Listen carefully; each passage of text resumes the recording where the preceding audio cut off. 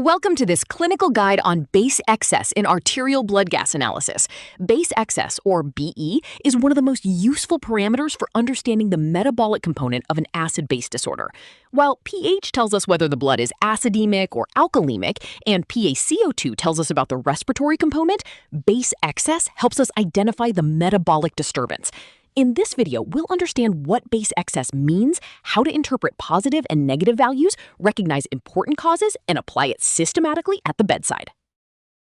Base excess represents the metabolic or non-respiratory component of an acid-base disturbance. Conceptually, it tells us how much strong acid or strong base would need to be added to the blood to return its pH to a standardized value of 7.40 under standardized respiratory conditions. A normal base excess is close to 0. Therefore, base excess gives us a useful estimate of the magnitude of the metabolic disturbance, independent of the patient's current respiratory status. It is reported in milliequivalents per liter or millimoles per liter. Think of base excess as a metabolic balance scale. A negative base excess means base deficit and indicates a metabolic acidifying process. The patient has either lost base or gained acid. A positive base excess indicates a metabolic alkalinizing process, meaning the patient has gained base or lost acid. Most laboratories consider approximately -2 to +2 milliequivalents per liter as the normal range. The farther the value moves from 0, the greater the metabolic disturbance. Remember the simple rule: negative means metabolic acidosis, while positive means metabolic alkalosis. Here is an important distinction. Two patients can have exactly the same pH, but completely different acid-base disorders. Patient A has a pH of 7.20, a low PaCO2 of 25, and a base excess of -15. The severe negative BE indicates significant metabolic acidosis, while the low PaCO2 represents respiratory compensation. Patient B also has a pH of 7.20, but PaCO2 is 60 and BE is approximately -2. Here, the dominant problem is respiratory acidosis. So pH tells you the overall state, while base excess helps isolate the metabolic component. Why not simply use bicarbonate? The calculated bicarbonate concentration is influenced by the patient's current PaCO2. Therefore, it can change because of a respiratory disturbance. Base excess is calculated in a way that standardizes the respiratory component, allowing us to better estimate the underlying metabolic disturbance. In simple terms, bicarbonate reflects the current acid-base environment, while base excess attempts to answer a different question: how much metabolic acid or base is present after accounting for the respiratory component? This makes base excess particularly useful when respiratory and metabolic disorders occur together. Positive base excess indicates metabolic alkalosis. Common mechanisms include loss of gastric acid from severe vomiting or nasogastric suction, renal hydrogen and chloride losses associated with diuretics, mineralocorticoid excess, and severe potassium depletion. Metabolic alkalosis can also occur after rapid correction of chronic carbon dioxide retention, known as post-hypercapnic alkalosis. Iatrogenic causes include excessive bicarbonate administration, and in certain circumstances, large volume blood transfusion. Therefore, when you see a positive base excess, think systematically: acid loss, renal losses, excess alkali, or metabolic compensation following chronic respiratory acidosis. Negative base excess represents metabolic acidosis, or base deficit. There are 4 major mechanisms to remember. First, increased acid production, such as lactic acidosis or ketoacidosis. Second, reduced renal acid excretion, as seen in renal failure or renal tubular acidosis. Third, bicarbonate loss, for example, from severe diarrhea or gastrointestinal fistulas. And fourth, ingestion of certain exogenous substances, including salicylates, methanol, and ethylene glycol. In critically ill patients, a negative BE should immediately prompt you to consider tissue hypoperfusion, sepsis, renal dysfunction, gastrointestinal losses, and toxins. When base excess becomes negative, we commonly use the term base deficit. For example, a base excess of -5 means a base deficit of 5, while a base excess of -20 means a base deficit of 20. The magnitude tells us how severe the metabolic derangement is, but it does not tell us the cause. A base deficit can result from lactate accumulation, ketoacidosis, renal failure, diarrhea, toxins, hyperchloremia, or several processes occurring simultaneously. So never diagnose the cause from base excess alone. Use it as a signal to investigate the underlying metabolic problem. A falling base excess can be an important warning sign in critically ill patients. When tissue perfusion is inadequate, oxygen delivery falls and cells may increase anaerobic metabolism, contributing to lactate accumulation and metabolic acidosis. Imagine a patient whose base excess changes from -4 on admission to -8 after 2 hours and -12 after 4 hours.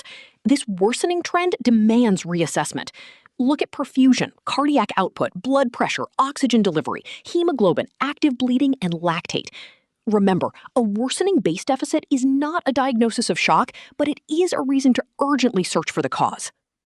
An important clinical pearl is that base excess does not automatically equal lactate. Lactate is one contributor to metabolic acidosis, but base excess reflects the overall metabolic acid-base disturbance. A patient with severe hypoperfusion may have a high lactate and a substantial base deficit. However, another patient may have a base excess of -10 with a normal lactate because the acidosis is caused by diarrhea, renal tubular acidosis, or hyperchloremia. Therefore, use lactate to evaluate one important pathway of metabolic stress, while base excess tells you the broader metabolic picture.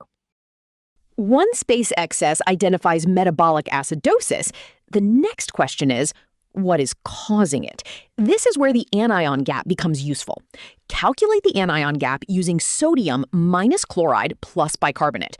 A high anion gap suggests accumulation of unmeasured anions, such as lactate, ketones, or toxins, and can occur in renal failure. A normal anion gap metabolic acidosis is commonly associated with bicarbonate loss or chloride gain, such as severe diarrhea, renal tubular acidosis, or large volume normal saline administration. So remember, base excess identifies the metabolic disturbance. The anion gap helps investigate its cause. Modern blood gas analyzers usually calculate standard base excess automatically. The calculation is based primarily on measured pH and bicarbonate, while mathematically standardizing the respiratory component.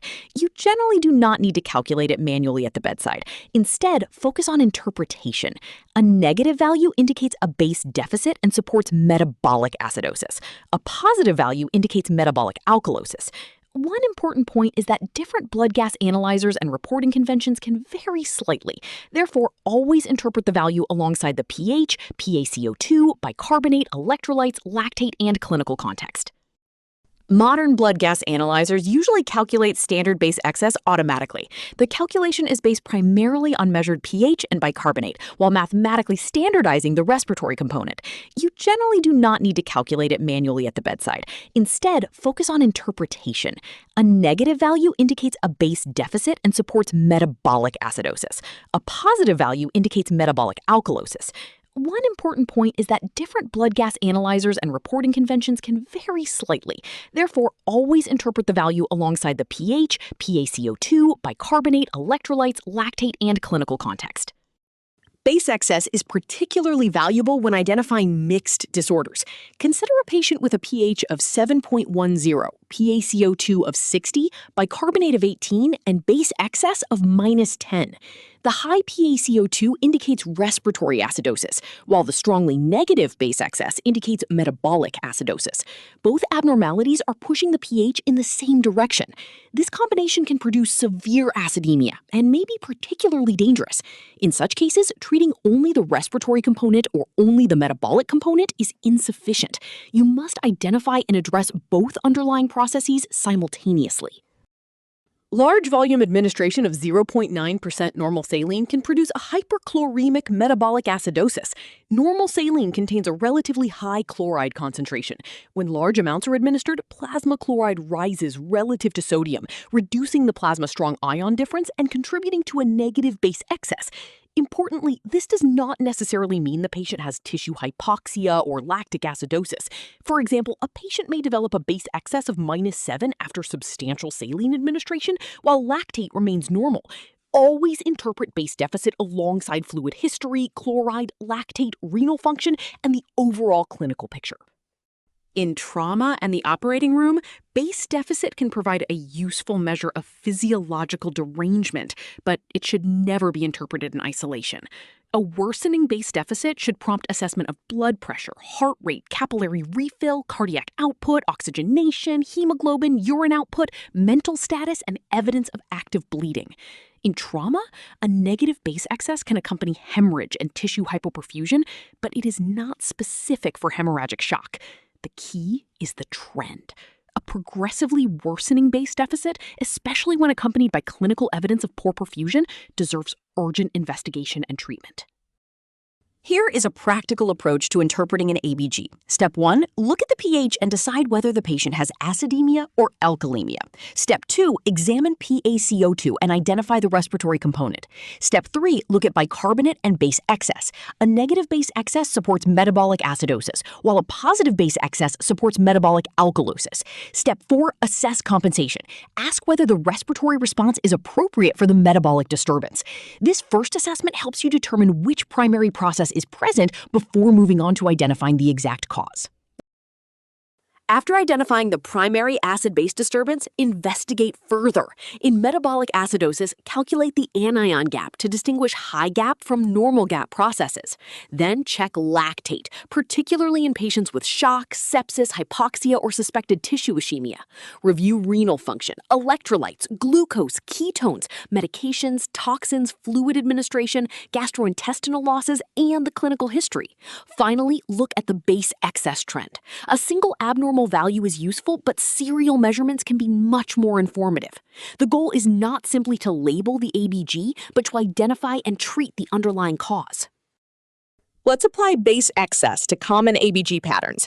A pH of 7.25, PaCO2 of 30, and BE minus 12 indicates primary metabolic acidosis with respiratory compensation. A pH of 7.52 with bicarbonate 34 and BE plus 10 indicates metabolic alkalosis.